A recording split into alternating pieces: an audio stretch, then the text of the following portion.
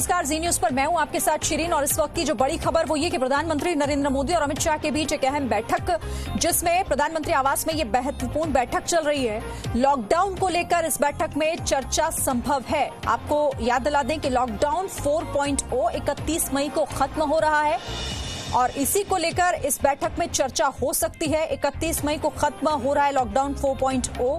बड़ी खबर इस वक्त की, प्रधानमंत्री नरेंद्र मोदी और गृह मंत्री अमित शाह के बीच अहम बैठक, प्रधानमंत्री आवास में ये बैठक चल रही है। आगे क्या रणनीति होगी लॉकडाउन 4.0 खत्म होने के बाद, इसे बढ़ाया जाएगा या नहीं, या फिर किस तरह की नई बातों को इसमें शामिल किया जाना है, इसे लेकर गृह मंत्री पहले राज्य के मुख्यमंत्रियों के साथ सलाह मशविरा भी कर चुके हैं, उनसे उनकी राय जान चुके हैं। और अब प्रधानमंत्री आवास पर ये महत्वपूर्ण बैठक, जिसमें गृह मंत्री भी शामिल हैं और प्रधानमंत्री नरेंद्र मोदी से चर्चा लॉकडाउन को लेकर हो रही होगी, ऐसी संभवतः खबर हम आपको बता रहे हैं। ये बड़ी खबर, अहम जानकारी से जुड़ी हुई प्रधानमंत्री नरेंद्र मोदी के आवास पर ये बैठक, जिसमें लॉकडाउन पर मंथन हो सकता है।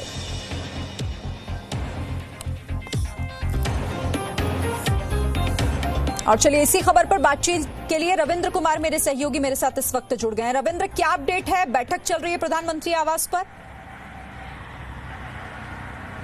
बिल्कुल, बैठक लगभग 35 मिनट से ज़्यादा समय से ये बैठक चल रही है, जिसमें अमित शाह प्रधानमंत्री दोनों हैं। और ये बैठक माना जा रहा है कि लॉकडाउन 5 जो शुरू होने की संभावना बताई जा रही है 1 जून से, उस पर चर्चा हो रही है। क्योंकि कल ही गृह मंत्री अमित शाह ने सभी मुख्यमंत्रियों से चर्चा की थी लॉकडाउन को लेकर, उसके आगे कैसे लागू किया जाए उसको लेकर मुख्यमंत्रियों से चर्चा की थी। और उसके बाद ये भी कहा था कि जो भी सुझाव है आप हमारे पास भेजिए।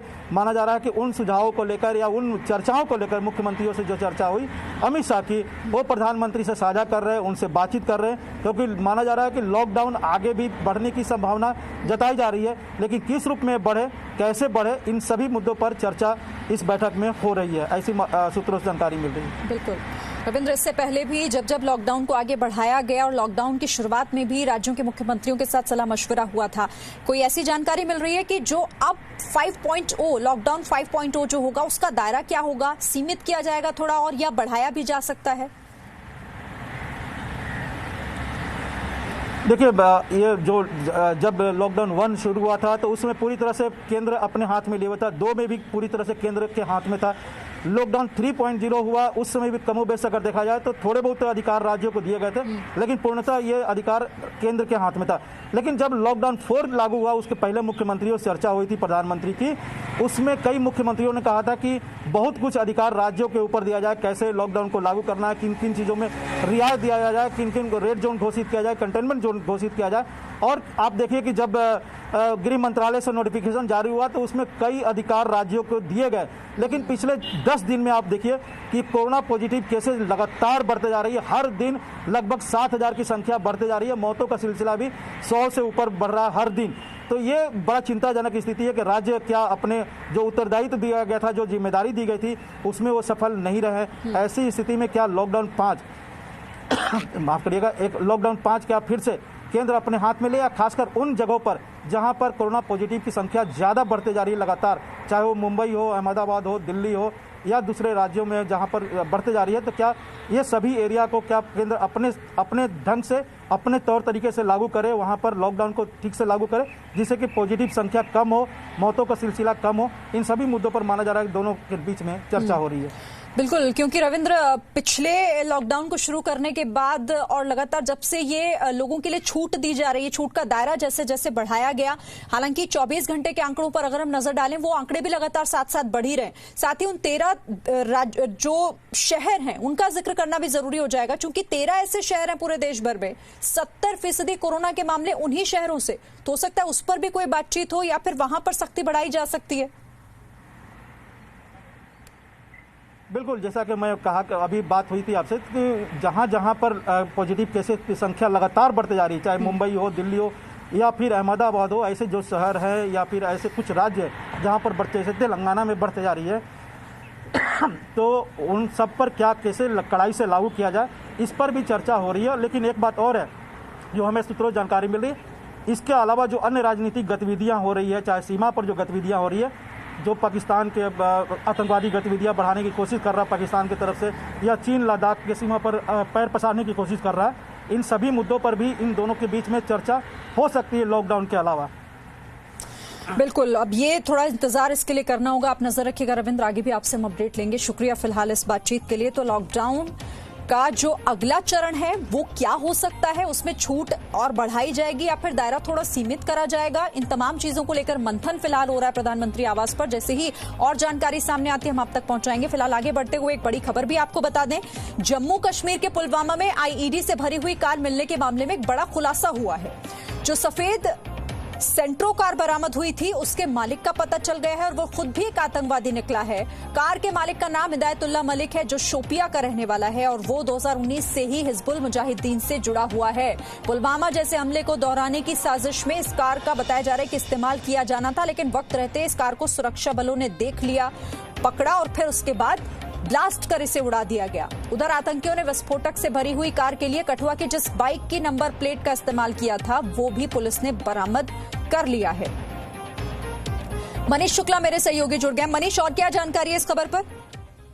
देखिए, बड़ा खुलासा हुआ है क्योंकि कल हमने जिस तरीके से फोर्सेस थी उन्होंने कार का 33 नंबर निकाल लिया था। हालांकि कार का जो नंबर प्लेट था उस पर जरूर दो पहिया स्कूटर या बाइक की नंबर लगाए गए थे, लेकिन 33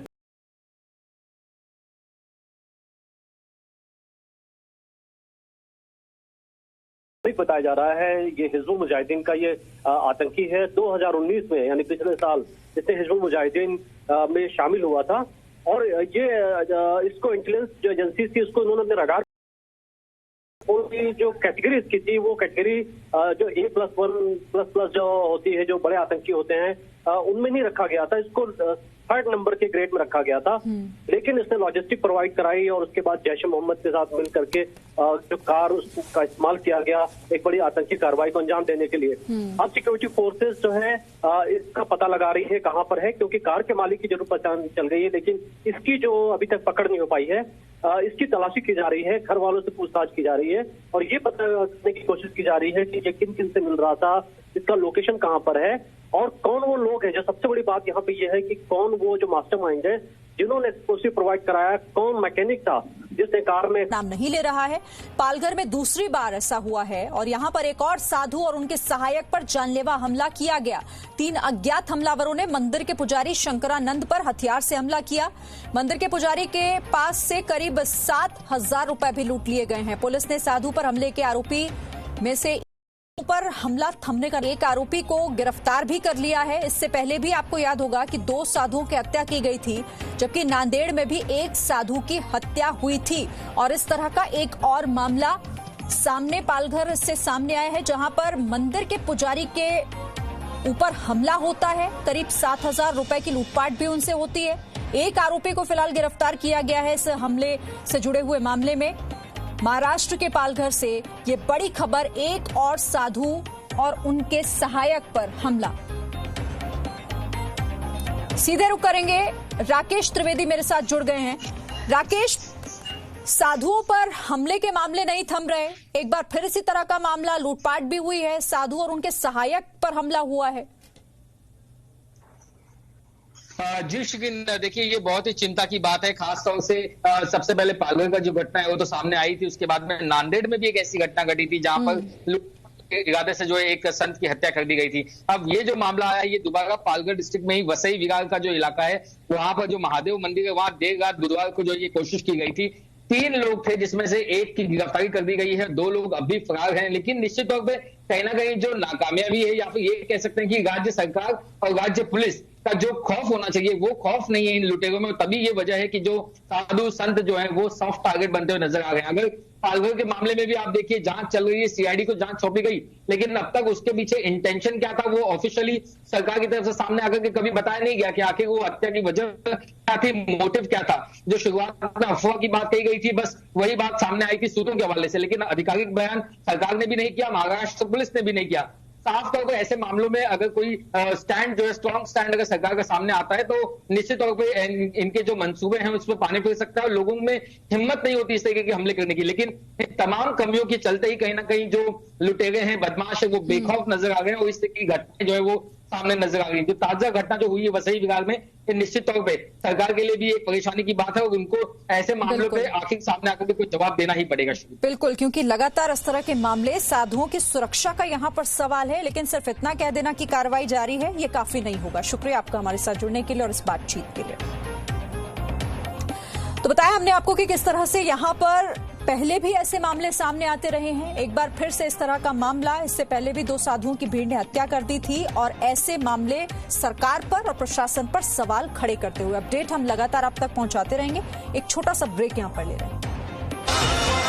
No signal, no worry. Presenting Z News app with live TV, latest updates and expert opinion. Available on Google Play and App Store. Download it now.